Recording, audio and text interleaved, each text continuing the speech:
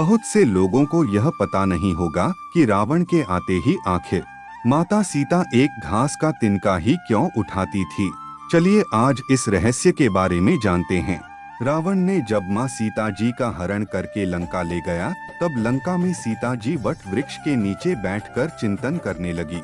रावण बार बार आकर माँ सीता जी को धमकाता था, लेकिन माँ सीता जी कुछ नहीं बोलती थी।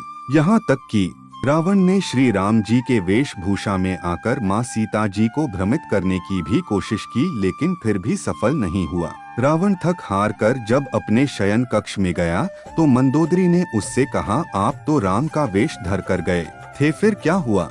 रावण बोला, जब मैं राम का रूप लेकर सीता के समक्ष गया तो सीता मुझे नजर ही नहीं आ रही थी। रावण अपनी समस्त ताकत लगा चुका था, लेकिन जिस जगत जननी माँ को आज तक कोई नहीं समझ सका, उन्हें रावण भी कैसे समझ पाता। रावण एक बार फिर आया और बोला, मैं तुमसे सीधे सीधे संवाद करता हूँ, लेकिन तुम कैसी नारी हो कि मेरे आते ही घास का तिनका उठाकर उसे ही घूर घूर कर देखने लगती हो। क्या घास का तिनका तुम्हें राम से भी ज्यादा प्यारा है? रावण के इस प्रश्न को सुनकर माँ सीता जी बिल्कुल चुप हो गई और उनकी आंखों से आंसुओं की धार बह पड़ी। इसकी सबसे बड़ी वजह थी कि जब श्री राम जी का विवाह माँ सीता जी के साथ हुआ, तब सीता जी का बड़े आदर सत्कार के साथ गृह प्रवेश भी हुआ। बहुत उत्सव मनाया गया। प्रथानुसार नव वधू विवाह पश्चात जब ससुराल आती है तो उसके हाथ से कुछ मीठा पकवान बनवाया जाता है, ताकि जीवन भर घर में मिठास बनी रहे।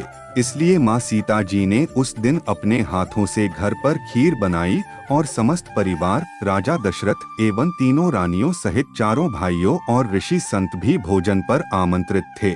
माँ सीता ने सभी को खीर परोसना शुरू किया और भोजन शुरू होने ही वाला था कि जोर से एक हवा का झोंका आया। सभी ने अपनी अपनी पत्तलें संभाली। सीता जी बड़े गौर से सब देख रही थी। ठीक उसी समय राजा दशरथ जी की खीर पर एक छोटा सा घास का तिनका गिर गया, जिसे माँ सीता जी ने देख लिया। लेकिन अब खीर में हाथ कैसे डालें, ये प्रश्न आ गया। माँ सीता जी ने दूर से ही उस तिनके को घूर कर देखा। वो जलकर राख की एक छोटी सी बिंदु बनकर रह गया। सीता जी ने सोचा, अच्छा हुआ किसी ने नहीं देखा।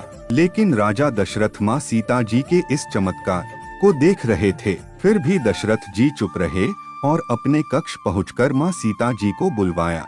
फिर उन्होंने सीता जी से कहा कि मैंने आज भोजन के समय आपके चमत्कार को देख लिया था। आप साक्षात जगत जननी स्वरूपा हैं। लेकिन एक बात आप मेरी जरूर याद रखना, आपने जिस नजर से आज उस तिनके को देखा था, उस नजर से आप अपने शत्रु को भी कभी मत देखना। इसीलिए माँ सीता जी के सामने जब भी रावण आता था तो वो उस घास के तिनके को उठाकर राजा दशरथ जी की बात याद कर लेती थी। तृणधर ओट कहत वैदेही, सुमेरी अवधपति परम स्नेही, यही है उस तिनके का रहस्य। इसलिए माता सीता जी चाहती तो रावण को उस जगह पर ही राख कर सकती थी, लेकिन राजा दशरथ जी को दिए वचन एवं भगवान श्री राम को रावण वध का श्रेय दिलाने हेतु वो शांत रही। ऐसी विशाल हृदया थी हमारी जानकी माता। जय हो प्रभु श्री राम जी की। तो दोस्तों, ऐसे ही और वीडियो देखने के लिए मेरे चैनल को सब्सक्राइब करना ना भूले। मिलते हैं एक और नई वीडियो के साथ, तब तक के लिए ओम साईं राम।